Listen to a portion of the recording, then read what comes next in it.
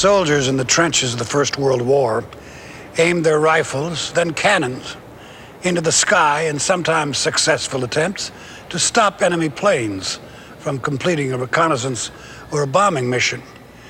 In the closing days of that war, military leaders began to accept the theory that supremacy on the land cannot be won without supremacy in the air, and that the fight for air superiority included much more than just aerial duels between fighter planes. Rising out of the forbidding sands of Saudi Arabia, the most advanced weapon of its kind prepares for war. It is January 1991, and soldiers of Alpha Battery await another air attack from across the Iraqi border. Their reason for concern lifts off shortly after 9:20 p.m. Saddam Hussein's long-range calling card, the 7-ton Scud missile. Although its accuracy is questionable, it still carries a 2,000-pound explosive warhead set to detonate upon impact. Get along, get along, get along. Don mask and gloves and take cover. The men and women of Alpha Battery are in combat for the first time. Their only weapon of defense, the Patriot missile, also in combat for the first time. 6 minutes separate the Scud from launch and explosion. It may or may not contain a warhead of chemical or biological agents. No one is taking any chances.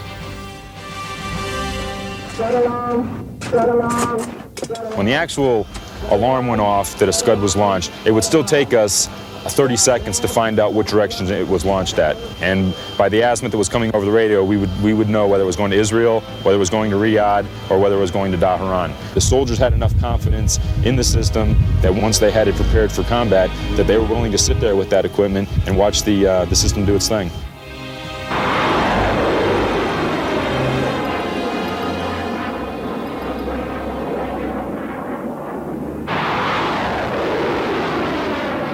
In one night, the Iraqis launch a volley of Scuds at the Saudi Arabian cities of Riyadh and Dhahran. Within seconds, the engagements are over. 9 of the missiles are intercepted and destroyed. It's like trying to hit a bullet with a bullet.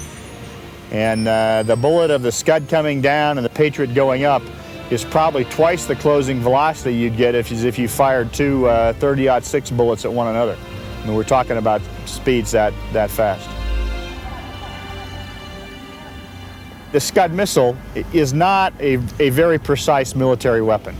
To be frank, they had a hard time in putting a missile on an airfield or on a port. But as a weapon that strikes terror into the heart of the civilian population, it's a perfect weapon for their use. The technology in it is not that great. It looks like what I would call water heater technology. It's about the circumference of a large garbage can. It was not a precise weapon. I had only been in command a couple weeks when this thing took place. But I knew we had well-motivated soldiers. I had confidence in the Patriot equipment, although none of the soldiers had ever been involved in any kind of tactical ballistic missile firing before. I thought we would do well over there. And that was more than borne out by the success that our soldiers and our equipment gained for us in Saudi Arabia. That was the first of many tonight, wasn't it? Yeah. Well, hopefully he just lost another Scud sight or two. I've been in the Army for 7 years. I went through 6 years of practice and finally got to go play the game. Not that I want to play any more games, but you always wonder, and there's always that uncertainty. How will you react? What will you do? How will your soldiers respond? I feel very comfortable and very proud with the results that we provided. Hope that we never have to do it again, but should we have to do it again, I know we'll be as prepared as we were this time. The Allied Operation Desert Storm has been characterized as the first truly electronic war. In terms of air defense, computerized airborne radar and ground-based missiles combined to form an electromagnetic shield over the battlefield, thus ensuring that air superiority went to the victor of the airwaves as well as the sky. the warriors of air defense have come a long way since the First World War. The European armies that marched off to battle in 1914 expected to fight for what had always been the richest prize of any battle, enemy territory. Newly conquered land that once occupied left no doubt as to the outcome of the war. But this was to be a war like no other. The aeroplane was coming into its own as a viable instrument of death. From thousands of feet in the air, these flying machines brought terror by way of bombs, hand grenades, and steel darts that killed their victims instantly. For the first time, victory on land depended on who controlled the air above it. Anti-aircraft started out originally with directed rifle fire, then very soon guns specifically designed for anti-aircraft work were introduced in the First World War. They didn't have the communications linkages to make sure that they could get a fighter in the air to oppose an enemy aircraft intruding. And also there was some sense of discipline that it didn't look good for the troops to scatter when an airplane came, so that they ordered them to stand and turn and fire. In practical fact, the troops soon learned that they'd better scatter because their chances of hitting the airplanes were small and the chances of getting hit by the airplane were relatively large. One of the earliest tactics in air defense called for balloons with heavy metal cables to be strung around high-priority targets for protection. Barrage balloons were really put up to force enemy bombers to fly higher, to bomb their targets from a greater height. Therefore, they would not be quite so accurate. And also to stop low-level attack. Obviously, fighters will come in very low machine gun targets. If there are barrage balloons there, that will deter them, because if an aircraft flew into a barrage balloon, it will probably take a wing off and crash. Ironically, the first anti-aircraft guns were designed to shoot down balloons before airplanes became such a menace. The French took the lead in defensive firepower with their 75mm autocannon. Often mounted on trucks, the early guns had little difficulty hitting the slow-moving German Zeppelin balloons. It was the airplane that proved a real challenge. With seconds to react to an air attack, the quest for early warning systems began. Again, the French took the lead by capitalizing on the airplane's most obvious weakness, its noisy power plant. Acoustic sound locators were basically a series or a set of horns that were connected to an operator by earphones that enabled the operator then to, as he was scanning the horizon, pick up the sound of a target or an incoming plane. Once he had established the general area where this plane was coming from, he could relay that information to a searchlight crew that could illuminate the area so that the gun batteries could begin opening fire. A very primitive and certainly an unscientific method of detecting a plane at night, but this time this was considered the state of the art, and this is the only thing that was available to them. The First World War also exposed basic problems for the gunners, problems that exist today. How to hit a target that is moving in 3 dimensions when its future flight path is uncertain. One had to guess how far the target would travel relative to the time the explosive shell was in flight, so they would meet at the same time. In the early days, these calculations were done by charts and tables. Still, the system could only be considered a marginal success. It took French artillerymen an average of 3,000 shells to knock down one German airplane over Paris. The years following the war were marked by improvements in aircraft speed and manufacturing.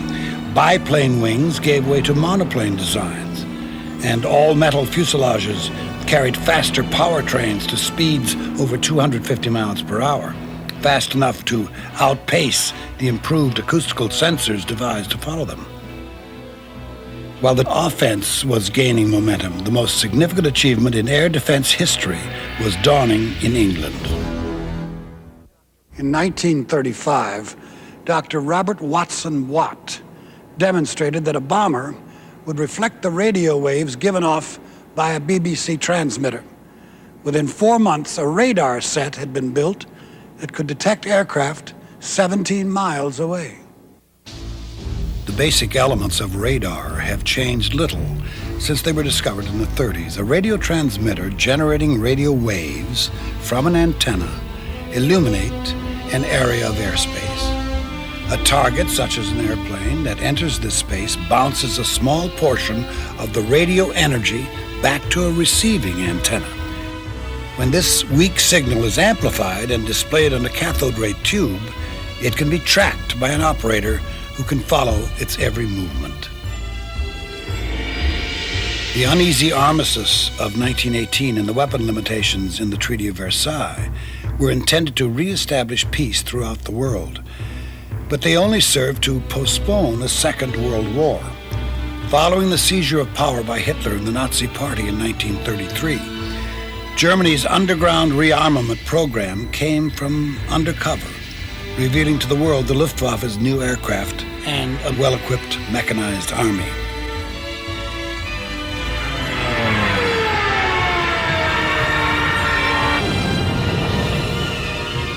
With his invasion of Poland in 1939, Hitler was on the march, and the British watched the European nations fall victim to the Nazis' revolutionary brand of lightning war. Of all the European capitals, London was the easiest to find from the air. Winston Churchill once described the city as a tremendous fat cow tied up to attract the birds of prey. The British looked to radar as their only hope of early warning should they be next. They made a commitment to it. They immediately began installing the chain home series of stations, which were the big antennaed stations around the perimeter of England at the time of the Second World War. And they came into being just enough time to give them a little practice and permit them to use against the Germans. It was just the nearest run thing you've ever seen. In June 1940, the German army appeared invincible. Their blitzkrieg combination of armor and air power had defeated France in just 6 weeks. A plan for the invasion of England, codenamed Sea Lion, was submitted to Hitler in early July 1940. The British had not been invaded since the year 1066. For the operation to succeed, the plan called for the destruction of the Royal Air Force. The Luftwaffe was tasked to take it out one plane at a time, to clear the path for a land invasion within 60 days. Air Marshal Hermann Goering estimated it would take 4 days to gain air superiority. On the morning of July 10th, British anti-aircraft command radar picked up an unusually large mass of planes heading across the English Channel. The first phase of Sea Lion had begun.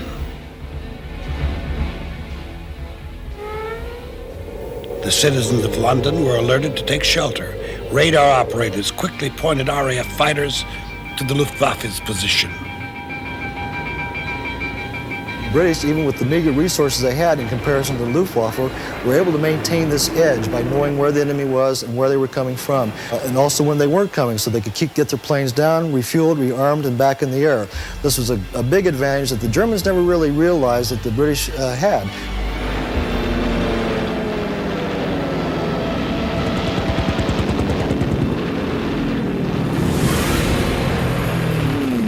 While the German pilots had more combat experience, their Stuka dive bombers and Messerschmitt fighters lacked the fuel capacity for extended aerial engagements. A dogfight lasting more than 15 minutes often meant they wouldn't make it back to France. Those German planes that made it to England were subject to a barrage of 3-inch guns.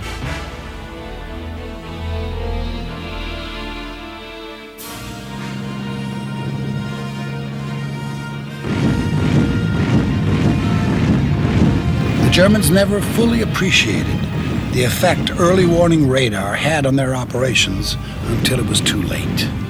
Within 3 months, their Air Force lost 1,733 aircraft, and Hitler postponed his invasion indefinitely.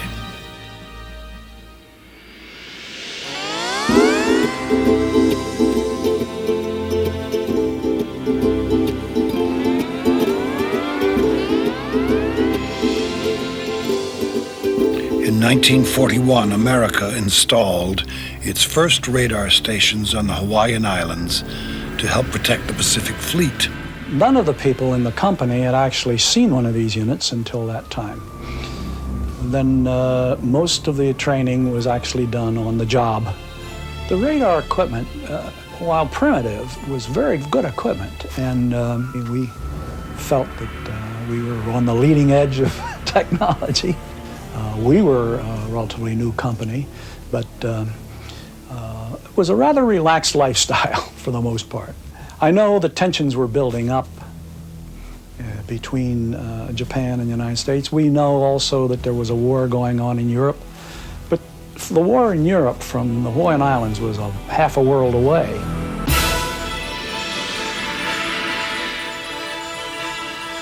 On Sunday, December 7th, the Japanese attack force was 220 miles north of Oahu.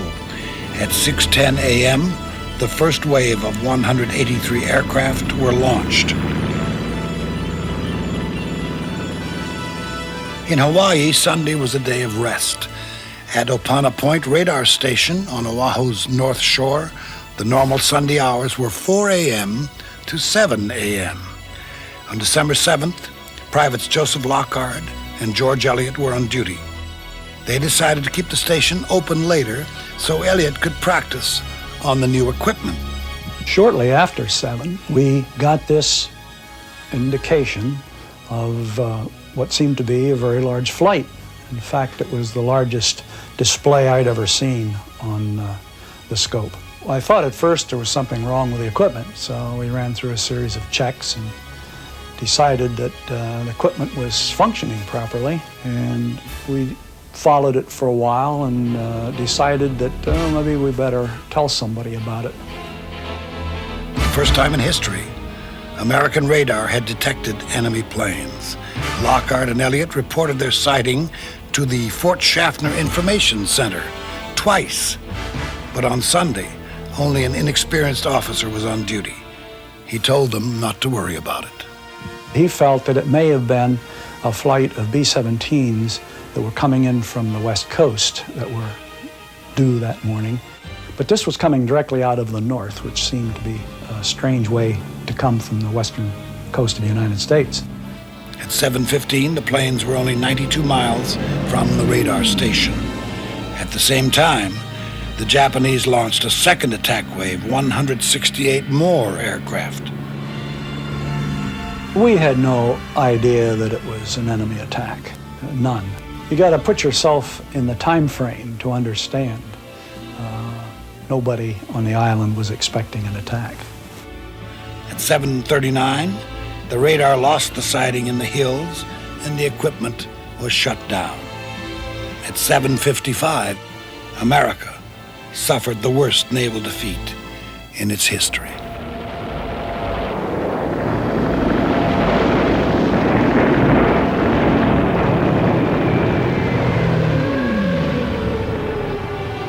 Congressional hearings absolved the radar crews of any dereliction of duty.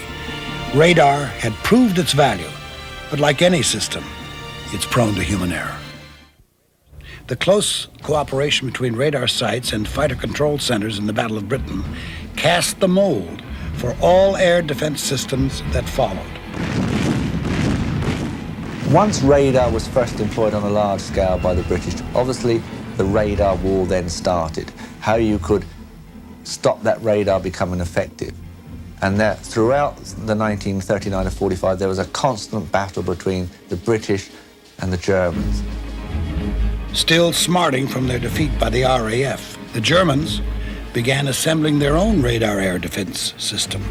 Fighters and anti-aircraft guns were on constant alert for Allied bombers.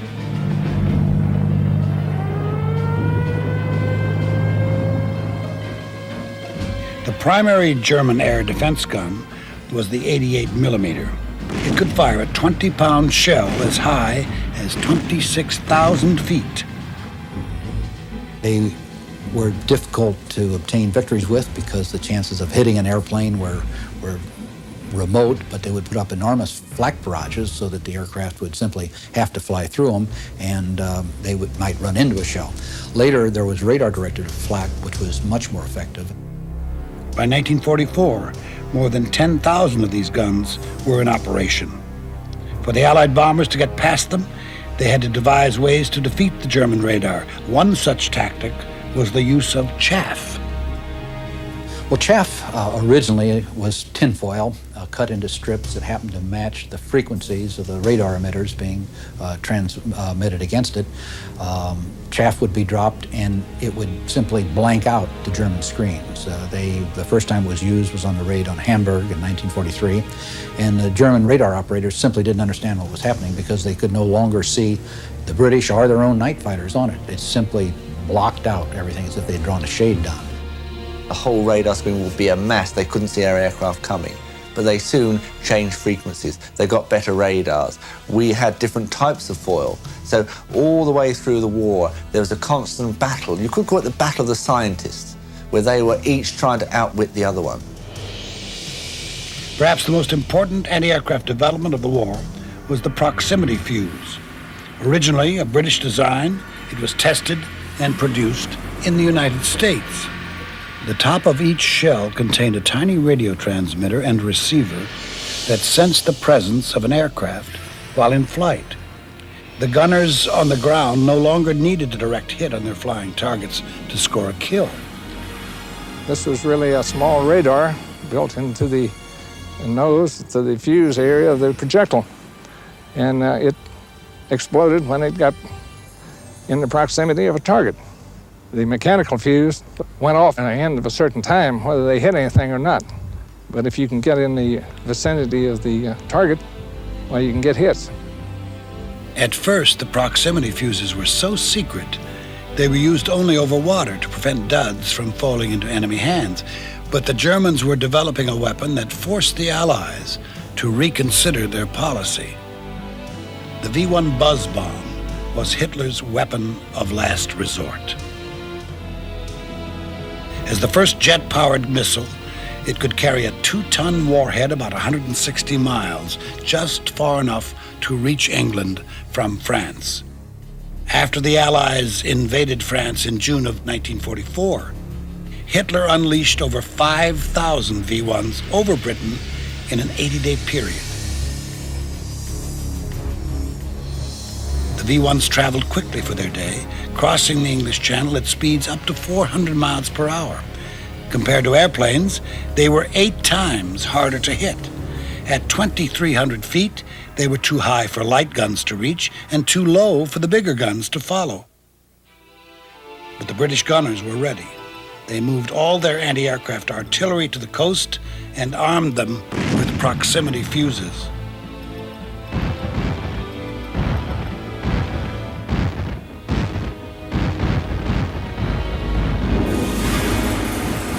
When the Nazi attacks ended, the proximity fuse had engaged 79% of the V-1 rockets. The fuses would go on to become standard equipment on guided missiles from then on. With the advent of the atomic bomb and the jet engine, post-war air defense efforts changed drastically. The Soviets were designing bombers capable of reaching the United States and were developing atomic weapons of their own. To counter this threat, the U.S. Air Force developed the Bomark missile, which was essentially a pilotless, remote-controlled vehicle that carried an atomic warhead. Although the Bomark weighed over 15,000 pounds, it had a slant range of over 440 miles.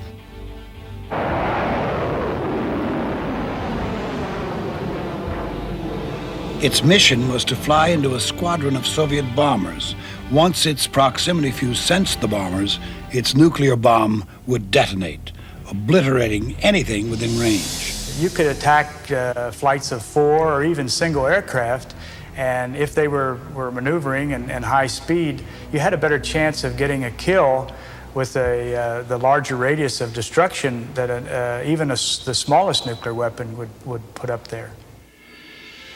Post-war anti-aircraft gun development was principally concerned with increasing muzzle velocity to keep up with the faster jet aircraft and reduce the shell's time in flight.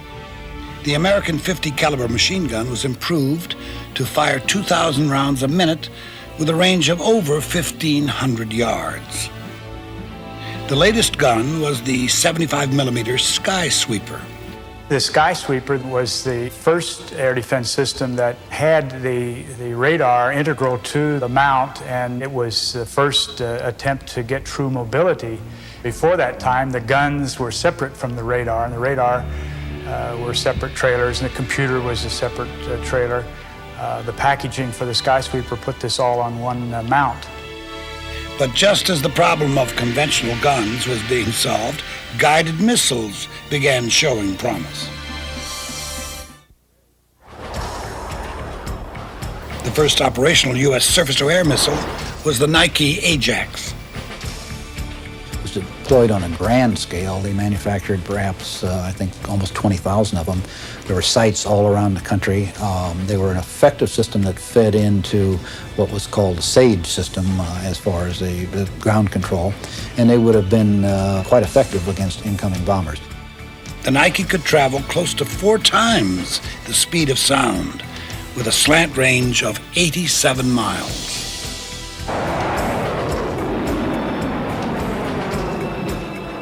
In addition to the Nike, a smaller, more mobile missile emerged that could be transported in theater along with the Army. The Hawk battery consisted of 2 acquisition radars. In the battery-controlled central van, the tactical control officer monitored the incoming threat's speed and direction. The Hawk's illuminator radar would search the sky. Once locked on, it automatically tracked the target. After the missile was launched, it relied on the illuminator's radar signal to steer it to the target.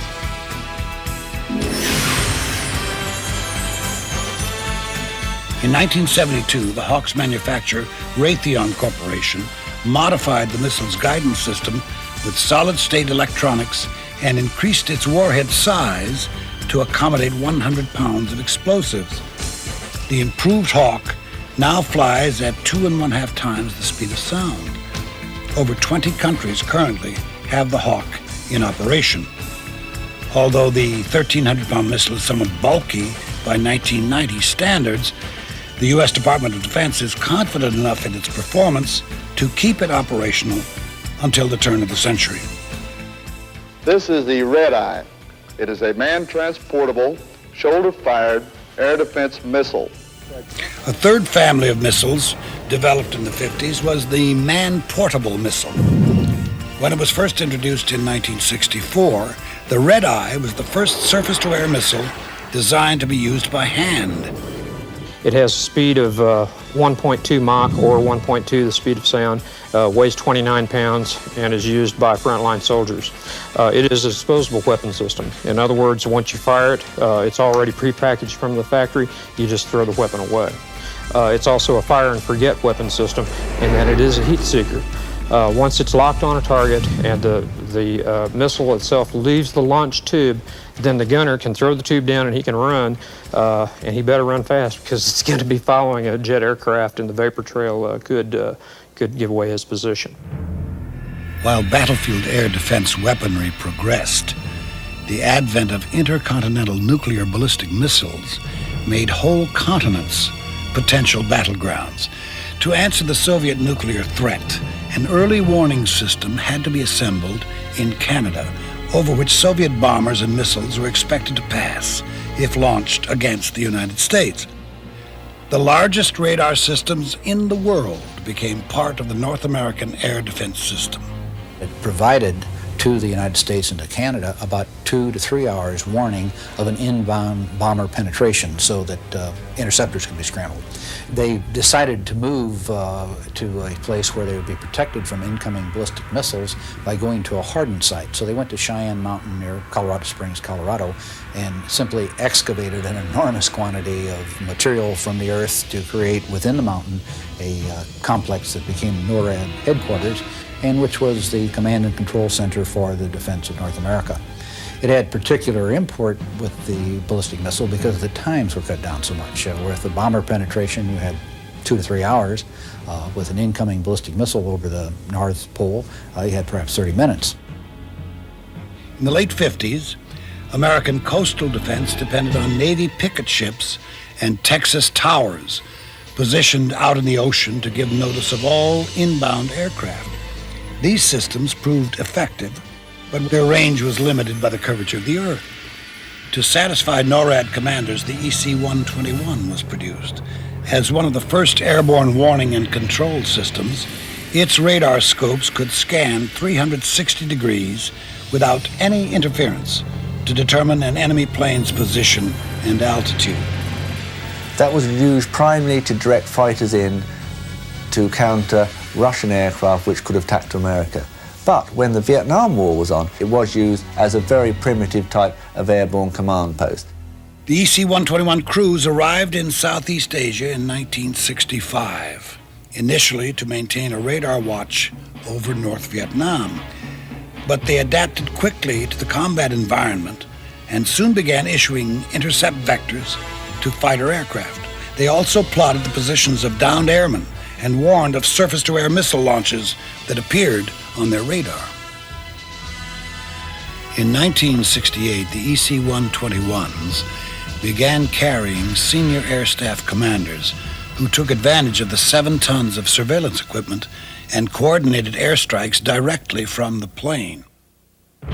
On the ground in Vietnam, a new air defense weapon appeared in 1968, the Vulcan anti-aircraft system. The Vulcan's terrifying rate of fire protected armed convoys against Viet Cong ambushes and guarded against low-flying aircraft. It was a Gatling gun concept, 20 millimeter, but I think the high rate of fire, even if aircraft were not shot down, I understand that the pilots were very close to having heart attacks when they would see the number of tracers, especially at night, coming up at them. Its radar system works oppositely of most. First, the gunner acquires the flying target visually, then he turns on the radar to calculate the range to the aircraft. In 1969, the U.S. Army took delivery of the Chaparral, a low-altitude air defense system developed to protect troops in the forward edge of the battle area. The Chaparral's mount carries 4 modified Sidewinder missiles that track themselves to the target with infrared heat-seeking sensors. The missiles are the same as those used on jet fighters with modifications to give them a greater range. The early versions had only a tail chase capability, seeking the hot gases from the jet aircraft, but with future developments, they are able to get a capability for incoming aircraft. Once the seeker locks on, it flies its own course and follows the aircraft.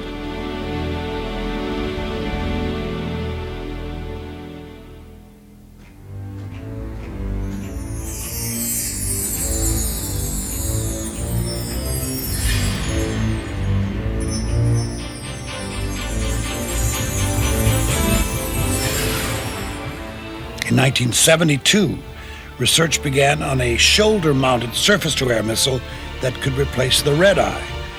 U.S. Army directives called for a system that could interrogate its target by radio to determine if it was friendly or not before firing. The weapon that emerged is the Stinger missile. The gunner initially tracks the target manually, and the seeker is bore-sighted with the range ring, so it sees what the gunner is seeing. And once he acquires a tone, he uncages the weapon system, and that allows the seeker to track it independently. It's also equipped with an IFF subsystem, which stands for Identify Friend or Foe. It aids the gunner in identifying friendly aircraft. It sends out a signal to a transponder in an aircraft. If that transponder is coded with the same codes that we have, then it will give back a positive friend. So it aids the gunner in early engagement. Few handheld weapons have been considered to have won a war, but the use of the Stinger in Afghanistan is widely regarded as a primary reason the Soviets withdrew from that country. After the success of the EC-121 airborne radar plane in Vietnam, a newer version was designed to take its place and provide the ultimate eye in the sky. The E-3 Airborne Warning and Control System, or AWACS, represents the world standard for early warning systems. Built by Boeing Aerospace and Electronics, the E-3 fills the needs of both airborne surveillance and command communications for tactical and air defense forces. Its radar eye can see more than 200 miles in any direction.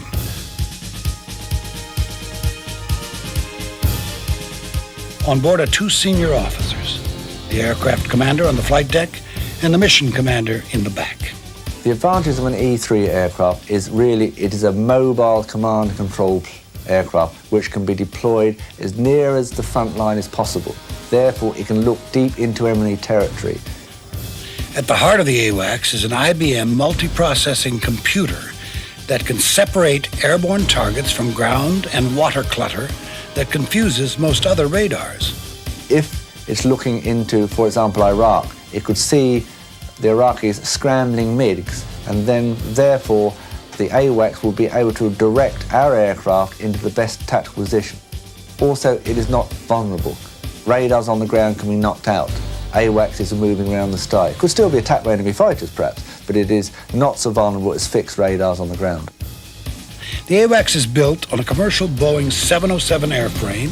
Its range is 5,000 miles, and its top speed is around 500 miles per hour. The E-3 can stay aloft for more than 11 hours without refueling, in spite of its protruding rotodome on top. The only difference it causes is a little bit slower airspeed overall. As far as aerodynamics, it has no effect whatsoever on the flight of the aircraft. It causes no problems during takeoff, landings, or air refueling. So it's designed to give us neutral lift, and that's exactly what it does. Since it began service in 1977, over 30 AWACS have been delivered to the U.S. Air Force. Other models have been sold to the United Kingdom, France, and Saudi Arabia. Perhaps the most popular air defense weapon today is the Patriot missile, a long-range, high-speed, and highly maneuverable guided weapon system that was originally intended to replace the Nike and Hawk batteries. The Patriot missile was originally developed some 20 years ago, primarily as an air defense system to engage aircraft. It's only in recent years it's been developed to engage ballistic missiles. And basically, it's got a radar van, fire control van, and a number of missiles. The radar is constantly sweeping through an arc. It will pick up a missile coming in and will automatically work out the best time to fire a missile to engage the target before its impact. Here at Alpha 61, our launcher control panel, you see we have 8 launchers readily available at any given time. Each launcher can contain up to 4 missiles on top of it, for a total missile count of 32. At the present time, we have 26 missiles ready for launch. The system can track more than 50 targets, interrogating each of them and assigning priorities to those identified as hostile. The launchers are factory sealed and are opened only when the missile is fired. Propelled by a single-stage solid fuel rocket, the Patriot flies in excess of 3 times the speed of sound. Its guidance system adjusts its 4 tail fins to steer it within lethal range of its target. The missile can be fitted with conventional or nuclear explosives.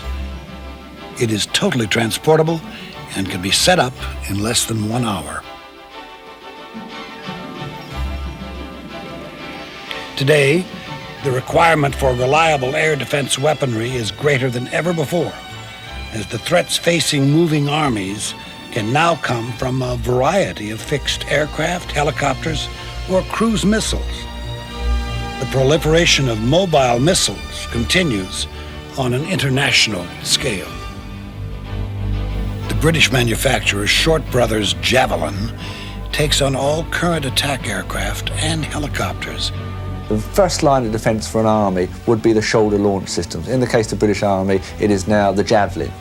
and that is a shoulder-launched missile which is pointed at the target. When it comes within range, it is launched and the operator guides it onto the target. A variant of the Javelin is the British Starburst, which was deployed to the Gulf War. Starburst is said to be immune to all known countermeasures. It can be brought rapidly to action over the shoulder, or like Javelin, can be mounted on a 3-round multiple launcher. Another anti-aircraft weapon is British Aerospace's Rapier. Day or night, it can still accurately fire its missiles in a concentrated electronic countermeasures environment. Most armies employ a number of highly mobile systems. A typical one of these is Roland. Roland was developed by the French and German armies. Typically, it is mounted on a tracked chassis and has 2 missiles in the ready-to-launch position. The targets can be tracked optically or with radar. Once a target is located, it is first tracked by a surveillance radar. Then when it comes in nearer, it hands over to the tracking radar, and then when the target is within range, a missile is launched and impacts the target. The most recent addition to the U.S. Army Air Defense Arsenal is the Boeing Avenger. It's the only American system that can track and shoot airborne targets on the run, making it ideal for convoy escort. Its missiles are the same as those used on the Stinger handheld weapon. The Avenger can be operated up to 50 yards away by remote control, allowing the crew to bunker down if necessary to reduce their exposure to an adversary. The remote unit can lock on to a heat source and fire each of the 8 missiles by push-button command. The Avenger represents the latest trend in air defense weaponry systems that can do more with less to survive on tomorrow's battleground. Since the First World War, air defense has been one of the key elements of every country. It's got to have an adequate air defense force. In the future, it will become more automated. More countries will have AWACS-type aircraft, and more countries will have Patriot-type systems. As they perform so well in Operation Desert Storm, I think more countries will invest their defence dollars into procuring air defence systems of the AWACS type, as well as better command and control systems. As your force structure goes down, you've really got to make the maximum possible use of your forces. They're what we call a force multiplier. It enables you to make the maximum possible use of your given resources, which are now becoming very scarce. The boundaries of today's battleground stretch far beyond the contested territory and the adjacent airspace. They extend into the invisible world of the electronic spectrum. Victory in tomorrow's war will come to the champion of the electromagnetic battlefield.